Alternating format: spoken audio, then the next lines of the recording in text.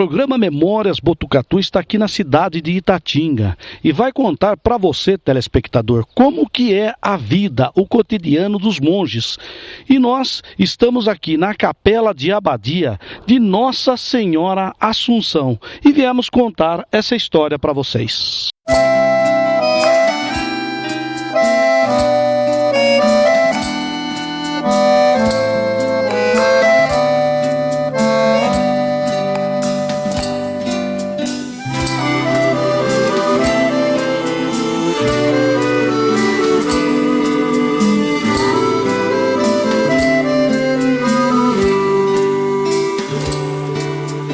Nunca esquecerei de ti, ó minha terra, berço onde o amor nasceu. És princesa lá da serra, terra dos carinhos meus. Não mais poderei viver longe de ti, tu és a minha adoração. Ó Botucatu, cidade dos meus sonhos, terra do meu coração. Ó Botucatu, cidade dos meus sonhos, terra do meu coração.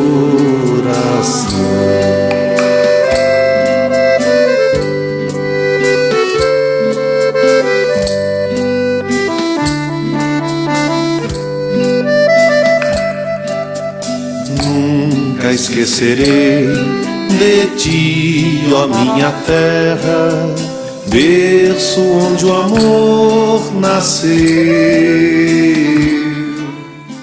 E estamos aqui com Dom Luiz Alberto, meu xará, também Luiz Alberto, que é o abade, né, desta abadia, e vai falar um pouquinho para nós sobre a origem desse mosteiro. Onde surgiu? Qual é o país, Dom Luiz? Sim. Primeiro, talvez seria importante falar na origem religiosa. Nós somos monges da ordem cisterciense, ordem monástica, segue a regra de São Bento. Essa ordem começou na Europa no final do século XI, em 1098, na região da Borgonha, na França, no mosteiro de Cister.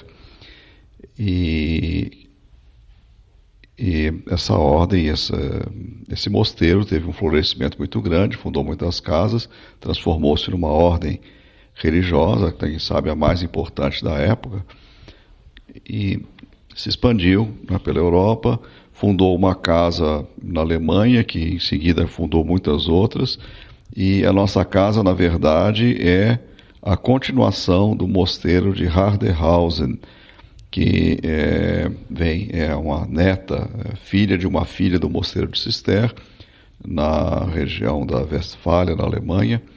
Essa casa, então, fundada em 1140, ela foi extinta em 1938, nós estávamos no tempo do regime nazista, que não era favorável à vida monástica, religiosa, o mosteiro estava muito pressionado e não houve mais condições de continuar a vida ali, né, em Harderhausen, no mosteiro.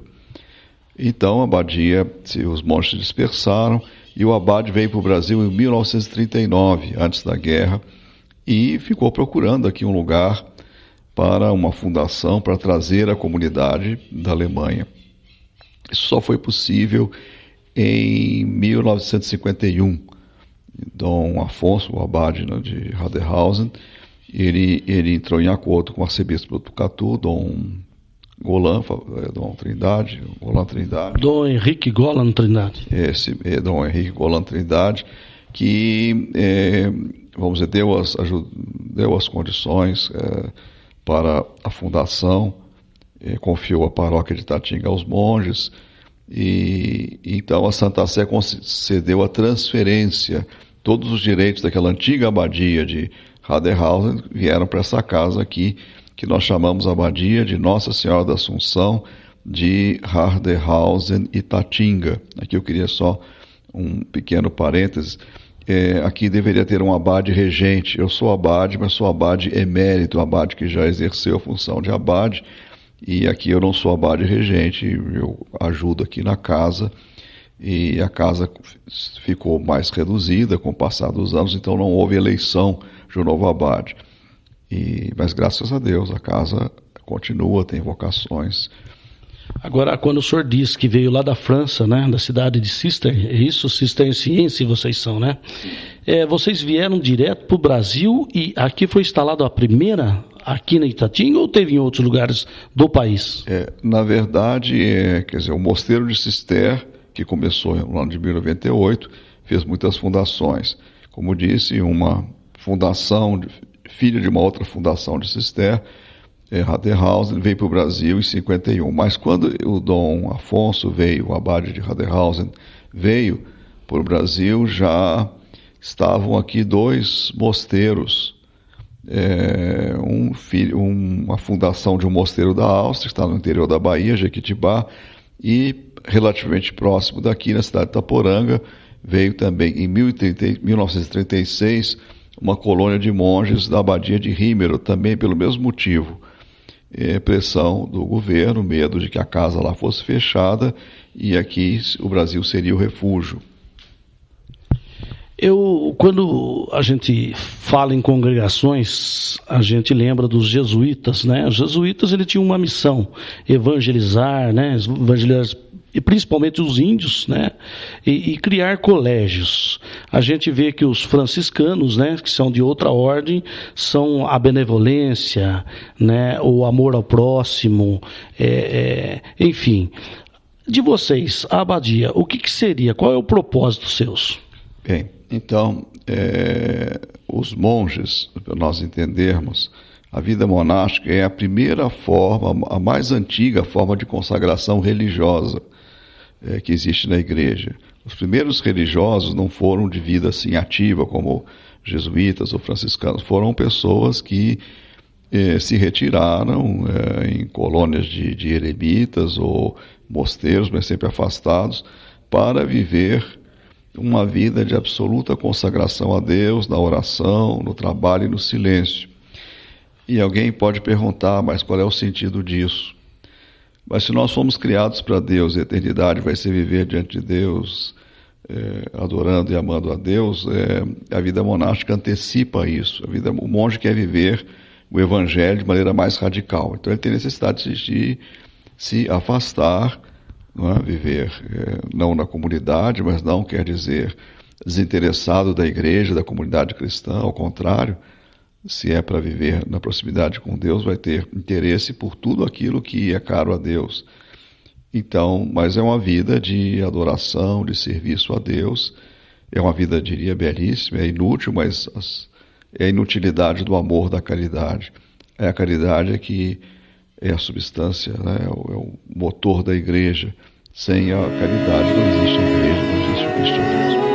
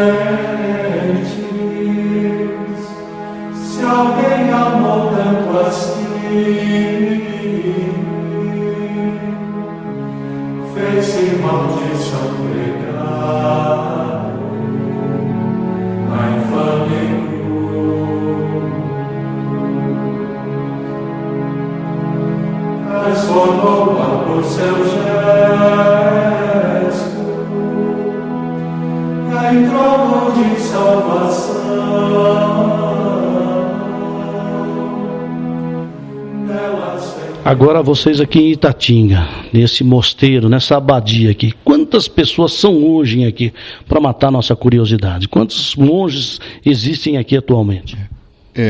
A comunidade ela tem atualmente 5 professos solenes, incluindo a mim, que sou aqui, vamos dizer, estou ajudando aqui. São 5 professos solenes, quer dizer, de monges de profissão definitiva. E desses 5, 3 são... 2 são sacerdotes, um diácono que está fora em tratamento de saúde, e um deles está estudando teologia, que não está aqui no momento. E além desses 5 professos solenes, tem um noviço, está fazendo noviciado em outro mosteiro, e tem 2 postulantes. Um está em casa, o segundo postulante, quer dizer, aquele que está iniciando a vida monástica, ele está ausente, com licença, porque o pai está com doença grave, então ele tem que atender, ajudar a família. Então, ao todo, nós seríamos 8, né? Ou seriam 8 membros da abadia. E o senhor estava dizendo aqui em off pra gente que o senhor lá é de Itaporanga. Itaporanga tem mais monges do que aqui ou não?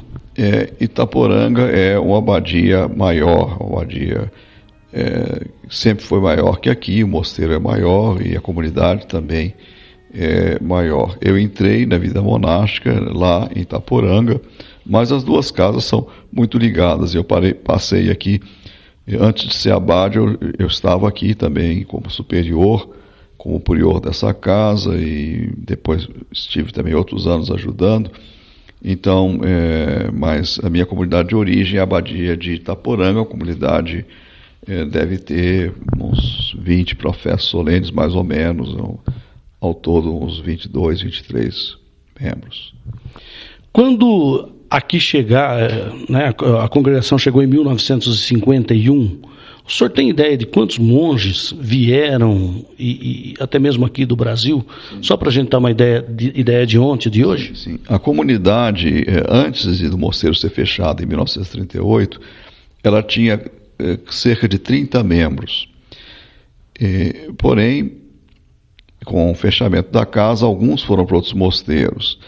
Houve a guerra, alguns ficaram prisioneiros de guerra na Rússia, outros morreram na própria campanha da Rússia.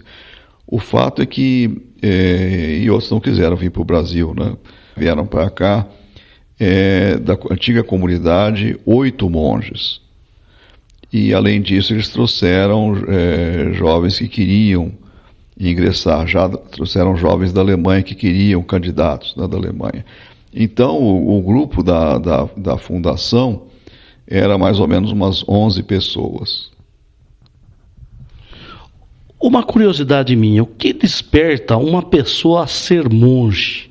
E como que é esse ingresso na comunidade de vocês? Por exemplo, o senhor, lá desde menino, nascido em qual cidade? Eu nasci em Juiz de Fora, meu pai era militar, mas nós não temos laço. Eu entrei para o mosteiro com 28 anos, eu já trabalhava, tinha profissão. A sua pergunta, o começo da pergunta, o que faz uma pessoa ser monge? Então, essencialmente, é uma coisa que não é humana, é um chamado de Deus, é uma vocação. Vocação não é algo que alguém, pelo menos uma vocação que se crê autêntica, não é algo criado pela pessoa. Isso não é bastante, por mais boa vontade que se tenha, para viver no mosteiro fielmente, perseverar até a morte, é necessário a graça da vocação. Então Deus dá essa graça, chama alguns, como chama alguns para outros tipos de vocação, né? Mas é importante que não é uma iniciativa humana. Eu diria que quem tem a vocação monástica está feliz no mosteiro e não gostaria de viver em outro lugar, porque tem a graça para viver ali. Deus dá as disposições, dá as forças e a alegria de viver, né, no mosteiro. A vida monástica pode parecer difícil para quem não tem vocação, mas para um monge seria difícil viver fora do mosteiro, assim como alguém que se realiza no mundo, na família, na profissão, também não seria feliz deixando tudo de maneira assim, temerária, e vir para o mosteiro não ia ser feliz. Um monge, nós sabemos que tem, né, bastante afinidade com o padre. O monge pode fazer consagração ou não? Bem, vamos distinguir. Nós somos o monge, quer dizer, nós somos religiosos. Existem religiosos que são sacerdotes, que têm consagração religiosa. Agora existe, quer dizer, o padre, como se diz, assim, em geral, o padre se refere em primeiro lugar, vamos dizer, o padre que está no serviço com o povo, nas paróquias, e normalmente esses padres não são religiosos, pertencem ao clero da diocese. Cada diocese tem seu clero, o bispo ordena os seus seminaristas, né? Tem o seu presbitério, os seus sacerdotes, que o ajudam no cuidado pastoral da sua diocese. E nós estamos à parte disso, nós não pertencemos, religiosos, quais monges ou não pertencem à diocese. Agora, existem religiosos de vida ativa e de vida, vamos dizer, mais contemplativa. A nossa ordem, aqui pelo menos o mosteiro, tem uma orientação contemplativa. Nós não temos trabalho pastoral externo, ainda que venham aqui para o mosteiro, para a confissão, para a direção espiritual, venham rezar conosco, venham assistir nossas missas, rezar o ofício divino conosco. Então essa é a nossa dimensão pastoral, mas nós não saímos daqui para fazer trabalhos fora, não atendemos paróquias. Existem religiosos, como franciscanos, jesuítas, que além de viverem a sua dimensão de consagração a Deus como religiosos, eles assumem trabalhos na igreja. Um jovem, por exemplo, eu já fiz essa pergunta, no fim o senhor acabou não respondendo. Um jovem comum que queira entrar aqui no mosteiro, sim, como que deve proceder? Hoje, normalmente, é tudo pela internet. Quando eu entrei no mosteiro, se escrevia uma carta, e havia uma resposta, e havia um contato epistolar. Isso hoje é substituído pela internet, mesmo porque normalmente os mosteiros têm site e o candidato à vida religiosa, o vocacionado, vai encontrar toda a informação ali. Mas a informação não substitui a vida.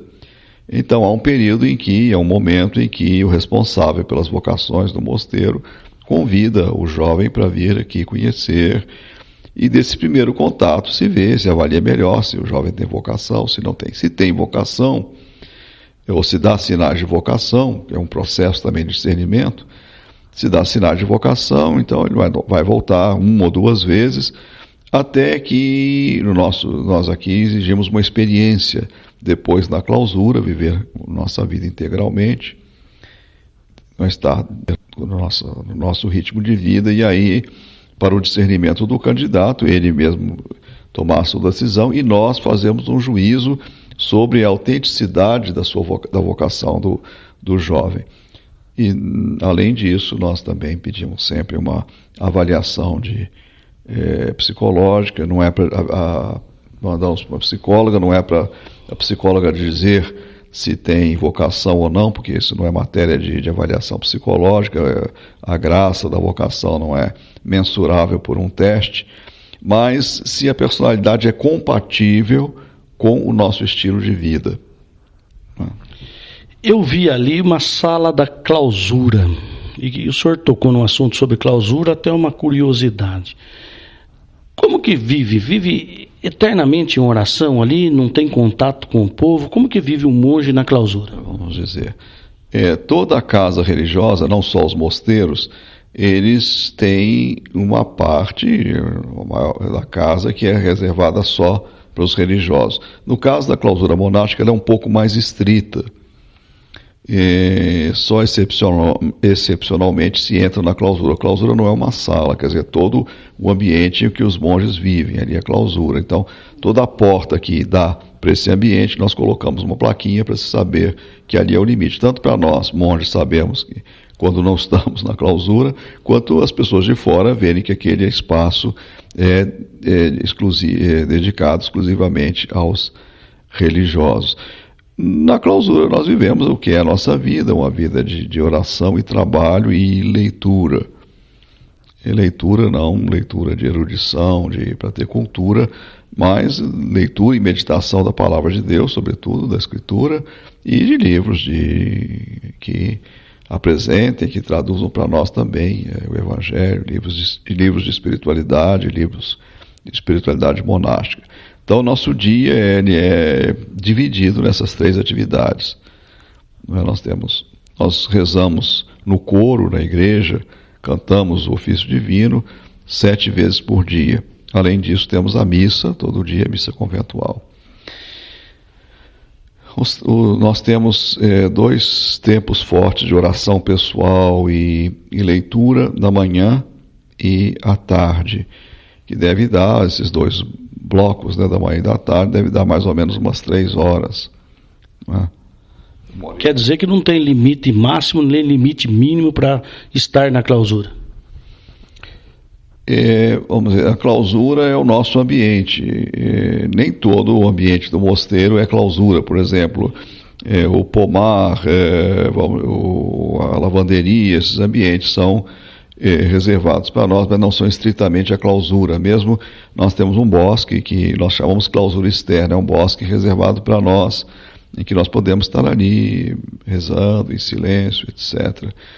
Então, mas a clausura não é algo absoluto, não é?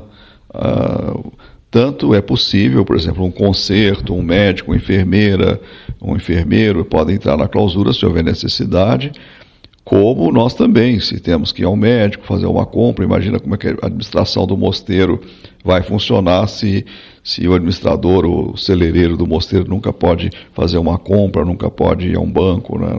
Não é possível. Com toda essa meditação, esse voltar a Deus, o senhor se sente bem próximo a Ele ou não? Eu diria que eu pelo menos tenho o desejo de estar bem próximo de Deus, procuro me orientar para isso, dentro da minha fragilidade. E se tratando de, voltando ao mosteiro aqui, nós sabemos que aqui é uma fazenda. E qual que é a atividade de vocês aqui? O que vocês fazem, o cotidiano do dia a dia? No começo, a comunidade se ocupava muito de trabalhos na fazenda. Mais tarde, de criação de gado, havia suínos e aves, essa coisa que era comum em fazenda. Hoje nem essas atividades elas requerem uma escala maior. A maioria das comunidades monásticas que tem propriedade rural não se dedica mais a isso, porque há quem faça essas atividades com mais eficiência. Então, mas nós procuramos, assim, nosso trabalho, nós mantemos a casa sozinhos, desde limpeza, cozinha e também trabalhos de ordem intelectual, cuidar da biblioteca, da escritura do mosteiro, de divulgação do mosteiro, trabalhos de espiritualidade. Nós costumamos botar pequenas meditações na nossa página da internet, temas para textos de reflexão.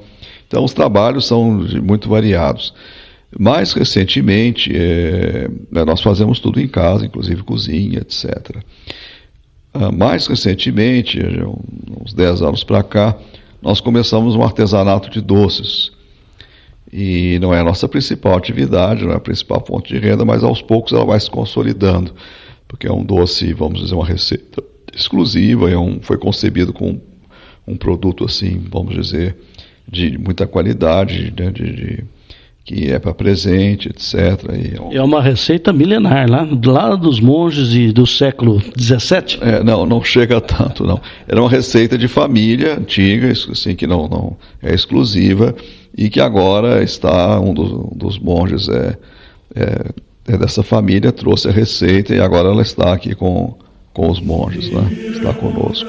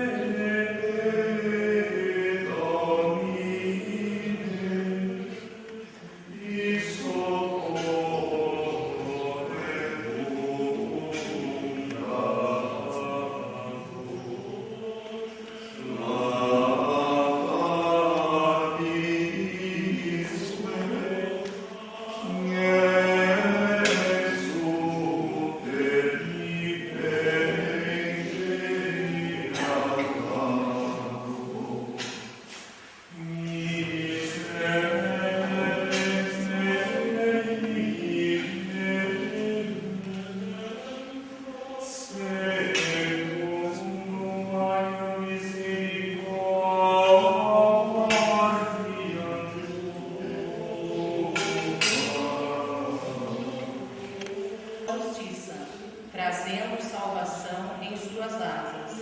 Palavra do Senhor. Por virá julgar a terra inteira, com justiça julgará. O Senhor virá julgar a terra inteira, com justiça julgará. Cantai salmos ao Senhor ao som da harpa e da cítara a sua voz. Desça no meio de nós. Proclamação do Evangelho de Jesus Cristo segundo Lucas.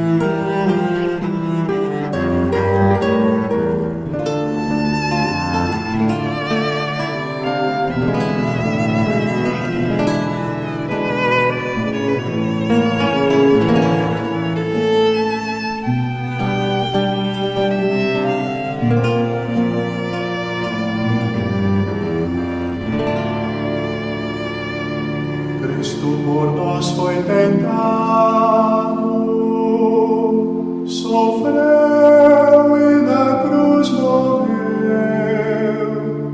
Vinde todos adoremos.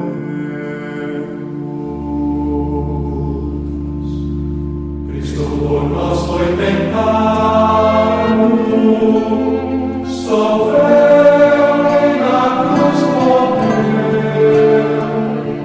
Vinde todos adoremos.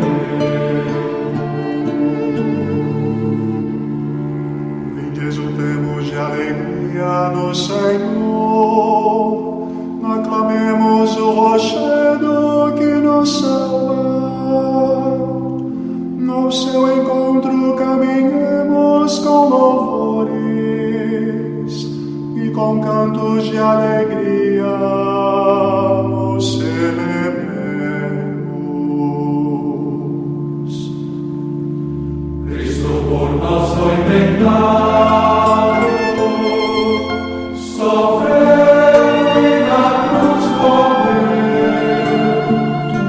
vinde todos ao morrer.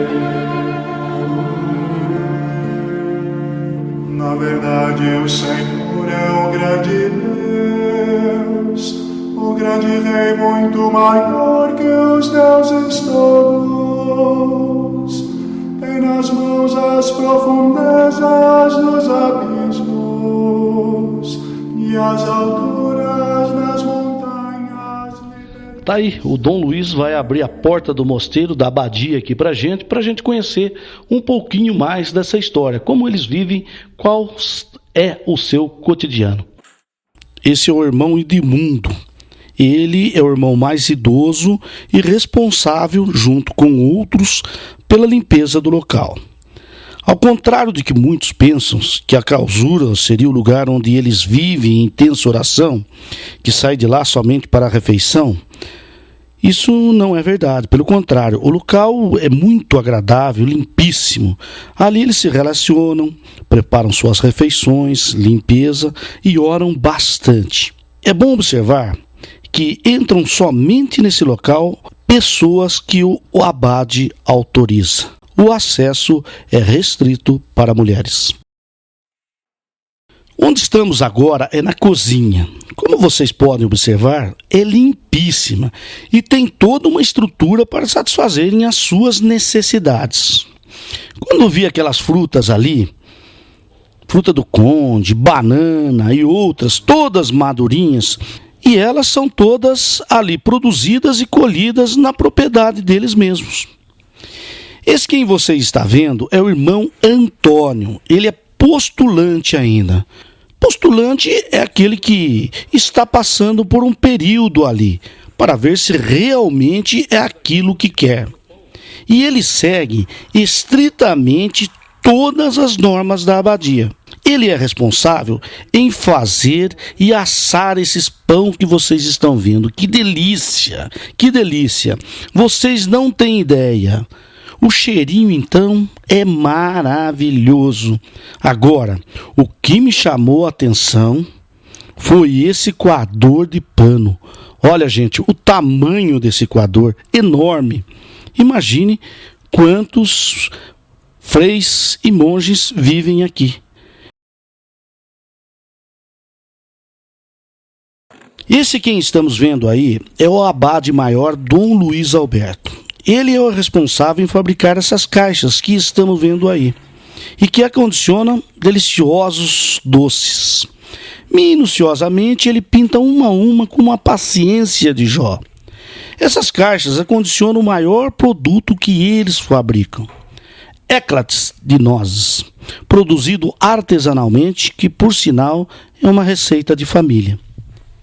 Perguntei a ele se pode nos passar a receita. Com a tranquilidade de monge, disse: o segredo está guardado às 7 chaves. Eles têm o dia dividido entre o trabalho e oração. Os trabalhos da casa são os mais diversos.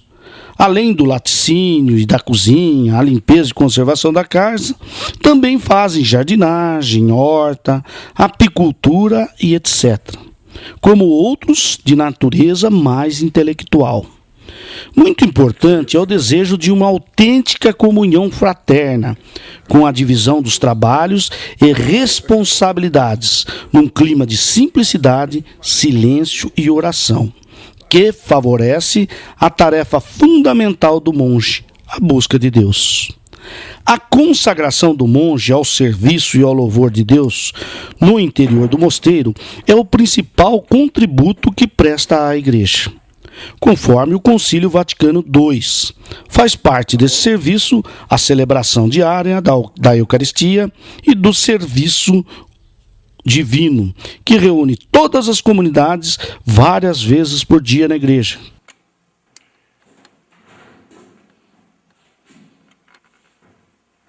A imagem em que eu estou trabalhando, pintando uma caixa, dando retoques, uma caixa de madeira, diz respeito aqui a um dos trabalhos nossos da abadia, que é a confecção de um doce, de uma receita nossa, aqui, exclusiva do mosteiro.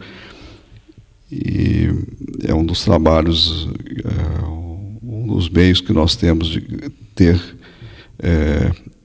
algum recurso, além de outras fontes de recursos, também nós fazemos esse doce. E então ele compreende essa atividade, a confecção do doce, nós fazemos aqui mesmo, é um doce à base de nozes, mas esse doce vai em embalagens, o doce está aqui, estou mostrando com o meu indicador, mas ele vai em 2 tipos de embalagem, nessas caixas pintadas, são de madeira mesmo, são decoradas, depois vão com fita, papel celofane. Tem outro tipo de embalagem mais simples, caixas menores, são de papel Paraná, também uma caixa Olha os docinhos aqui, ó. Decorada. As pessoas que conhecem o mosteiro procuram muito esse doce, mesmo fora daqui de Itatinga, fora da região. Às vezes nós temos que mandar para o SEDEX, para o Rio, para São Paulo, ou para outros lugares, porque também a nossa página se anuncia isso. E tem pessoas que se interessam e encomendam os doces. Agora me diga uma coisa, pode-se falar a receita desse doce ou é um segredo às 7 chaves? Essa é uma receita só nossa, então nós não divulgamos a receita.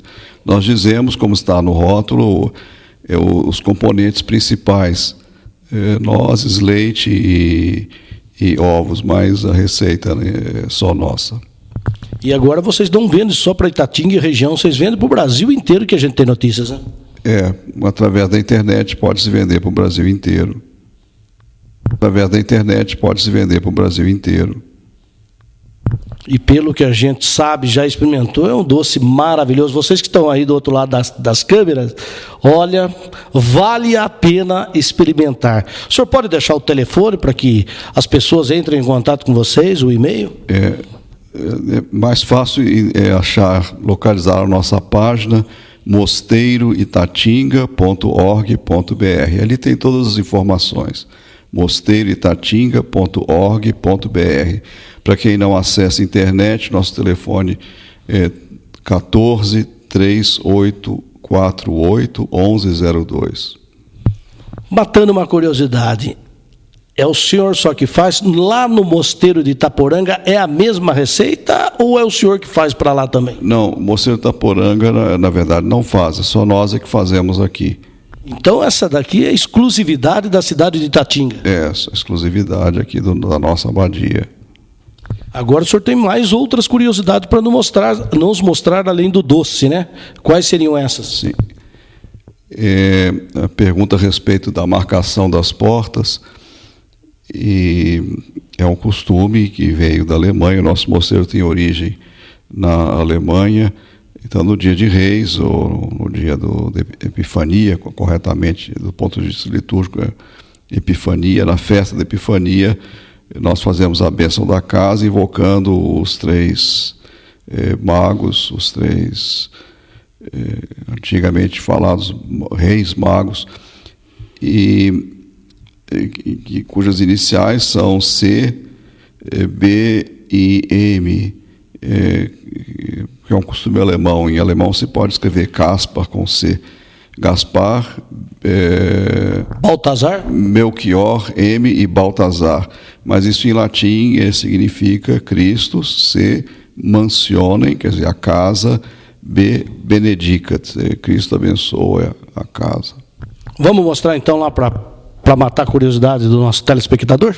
Aonde está gravado isso? Vamos lá. Vamos lá.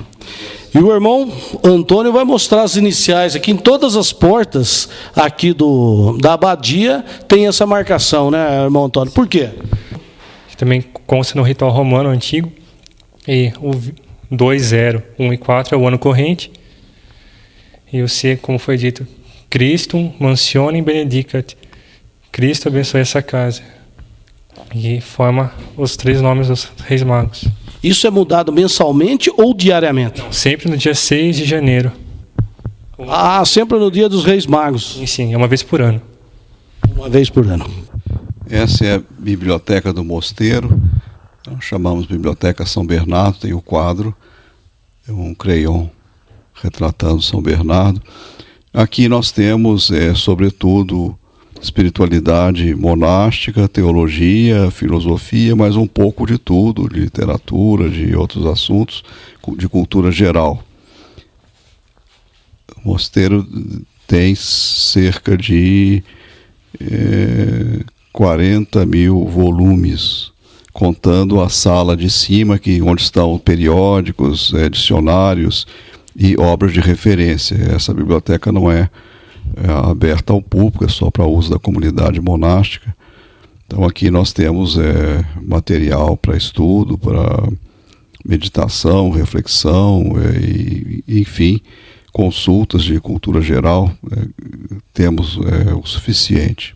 Esta é a parte do mosteiro que se denomina claustro. É o centro do mosteiro. Aqui todas as partes importantes do mosteiro dão para esse pátio quadrado. E aqui é sobretudo um lugar de oração, se deve guardar silêncio nesse ambiente. Ele está ao claustro, estão conectadas à igreja, o refeitório, a biblioteca, também a sala capitular. São os principais ambientes da vida regular de um monge. Nós temos 2 sinos que ajudam a marcar os momentos importantes do dia da comunidade. Essa sineta está na parede, ela é tocada toda madrugada para despertar a comunidade para a oração. Então nós, às 4h15 se toca esse sino, muitas badaladas, devagar, para permitir que todos despertem e cheguem a tempo para a oração. Posso falar? O sino que nós estamos ouvindo, agora são 16 horas, é o sino que se toca no campanário da igreja, na pequena torre da igreja, para indicar que terminou o trabalho vespertino. Então, às 16 horas, nós encerramos o tempo de trabalho da tarde e aí nos preparamos para a oração, para os momentos agora de silêncio, recolhimento, leitura e oração pessoal, depois o ofício divino. A nossa abadia ela é a continuação da abadia de Raderhausen, na Alemanha, e a porta do dormitório, quer dizer, o lugar onde se sobe para as celas onde dormem os monges, tem uma inscrição em latim: Fuge, quiesce, tace. Foge, repousa e cala.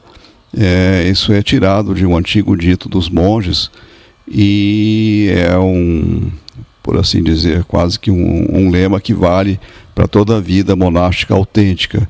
É o retiro, o repouso no sentido de paz interior, paz em Deus, e o calar, estar afastado das divagações, das palavras vãs, e guardar-se, manter-se recolhido. Bom, este é o refeitório do mosteiro. É o lugar onde nós fazemos as refeições 3 vezes ao dia, né? O de jejum, logo depois da missa, o almoço e o jantar. E aqui no centro se senta o prior, o subprior ao lado, e a comunidade.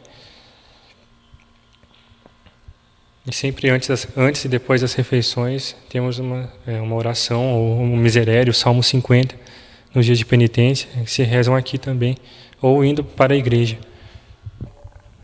Bom, aqui estão algumas cogulas, elas são a veste do monge, a veste oficial do monge, podemos dizer assim, se veste por cima do hábito, que é essa túnica e escapulário preto. Por cima é uma grande túnica com uma manga muito grande, se usa sempre no ofício. E no caso da ordem cisterciense também, aqueles que ajudam na missa, os monges que ajudam na missa também estão de cogula. Essa é a sala do capítulo. Nós chamamos sala do capítulo porque todo dia de manhã é lida nesse móvel, né, que se chama antependium, uma estante, um capítulo da regra de São Bento, que é a regra que os monges vivem. Bom, aqui tem um quadro com uma foto de Dom Alfonso Roen, que era o abade de Raderhausen na Alemanha, e ele que conseguiu transferir a abadia para o Brasil. Este é o primeiro abade, podemos dizer, depois da transferência para o Brasil, depois que Dom Alfonso Roin voltou para a Alemanha. O nome dele é Dom Roberto Fluck. Ele faleceu em 77. Bom, essa é a sacristia do mosteiro, é o lugar onde se guardam os paramentos litúrgicos, as roupas, né, podemos dizer assim, que os padres e os acólitos, os servidores usam na missa e para as outras funções litúrgicas. Nesses armários se guardam tudo o que precisa para a missa, para as cerimônias do mosteiro. Cálices, patenas, tudo que precisa para as orações e funções litúrgicas estão nessa sala. Pega o microfone. Bom, esse é um saltério do antigo breviário cisterciense. Assim. Aqui temos os salmos em latim, a melodia das antífonas. A antífona é cantada sempre antes e depois de cada salmo. Ela explica o salmo, traz o salmo um sentido diante da festa que está se celebrando. Ou mesmo ela é um resumo do salmo, né? Assim, ela anuncia o que o salmo vai dizer. E aqui nós temos também os hinos no final, com as melodias, e nós usamos esse livro, né, o saltério e o antifonário, nas vésperas de domingo e nas vésperas de solenidades. Bom, este é uma pequena capela de Nossa Senhora. Temos um ícone antigo, um ícone russo antigo, que nós recebemos de presente de um amigo, e foi colocado na capela solenemente no dia 1º de janeiro desse ano, 2014, na solenidade da Santa Mãe de Deus. Bom, essa é a imagem que nós chamamos, e já é uma tradição que vinha desde quando o mosteiro estava na Alemanha, Nossa Senhora Mãe de Heiderhausen. Ela ficava na antiga igreja do mosteiro de Heiderhausen, na Alemanha. Uma das coisas que mais me chamou a atenção nessa abadia, nesse mosteiro, foi justamente aquela que eu vou pedir para o Moacir que mostre aquela cruzinha lá em cima, que vocês estão vendo. Quando aquela cruz está lá em cima, é sinal que eles estão em oração, estão em clausura, eles não podem atender. E nesse momento ela vai descer essa cruz aqui, e a gente, quando a população chega aqui, ela simplesmente toca o sino lá dentro e algum dos monges, alguns do frei, vêm atender, como está fazendo o Antônio nesse momento. Não era, Antônio? E nesse momento o Antônio ouviu o sino. Bacana essa criatividade suas aqui, Antônio. Sim, pode dizer que é uma campainha antiga, né? Não é digital, é analógica. E sempre foi assim em todos os mosteiros que você conhece ou não? Não, imagino que não. Mas provavelmente muitas casas religiosas usam ainda um sininho como campainha. Bom, essa é a fachada do mosteiro e a entrada. E contíguo à entrada nós temos aqui um pedaço do jardim. E já anexo ao jardim temos os bosques. Podemos dizer que são 3 bosques diferentes, em 3 lugares diferentes. Na tradição monástica, os bosques são importantes porque possibilitam um ambiente de silêncio, de recolhimento. Um monge pode sair, caminhar, andar sozinho, num bom espaço, né? Ficar sozinho, em contato com a natureza. Isso é muito importante na tradição monástica, porque também é um lugar de oração.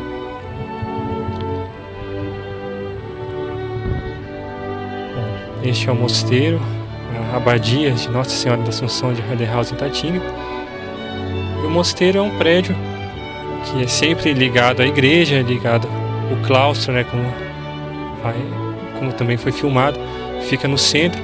E a São Bento pede na regra que tudo que o monge precise fazer esteja dentro do mosteiro ou muito próximo do mosteiro, para que o monge não precise sair do mosteiro. Então, aqui é o lugar que nós dormimos, que nós vivemos, que nós rezamos, onde se celebra a missa, onde se celebra todas as funções litúrgicas. E só num caso de exceção, nós saímos do mosteiro. essa é a entrada da nossa igreja. Se eu não me engano, ela foi construída junto com o mosteiro em 51 e consagrada por volta do ano 2000, de 2000 e 2001. Nós temos missas todos os dias, nos dias feriais, de segunda a sexta, às 7 da manhã, e aos domingos, e grandes solenidades, né, dias santificados, às 8 da manhã. Bom, este é o nosso cemitério, que ele também é anexo à abadia, dentro do terreno da abadia. E como é natural, o monge que vive toda a sua vida no mosteiro, morrendo também, de certa forma, continua no mosteiro, né, ligado ao mosteiro. Por isso o cemitério é sempre próximo do mosteiro. Bom, esses são os túmulos de alguns monges deste mosteiro que morreram no Brasil. Inclusive o túmulo de Dom Roberto Fluch, o segundo abade aqui no Brasil.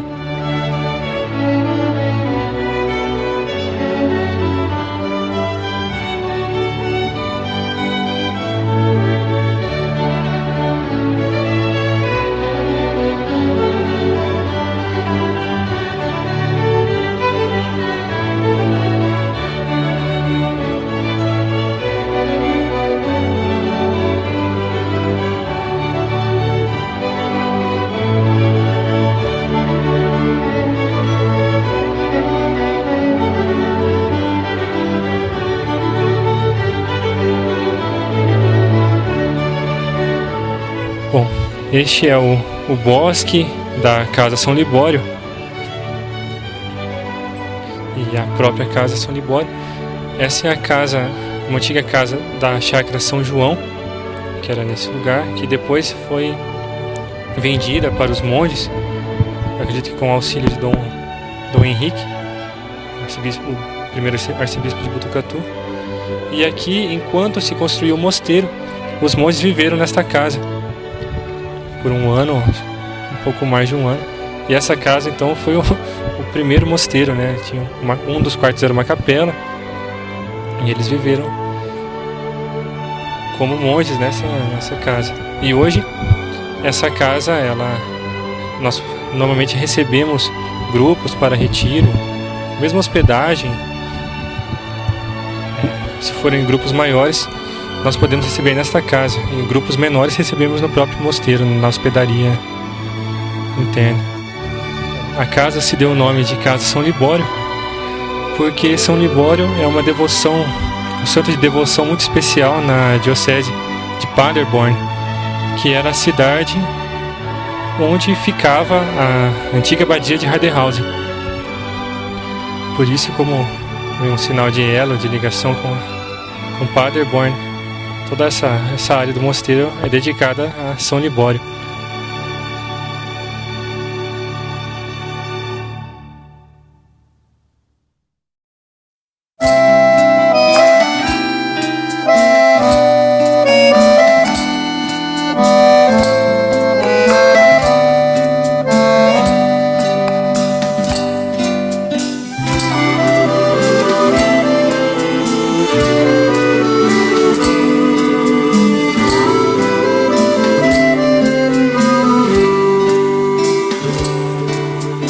Nunca esquecerei de ti, ó minha terra, berço onde o amor nasceu.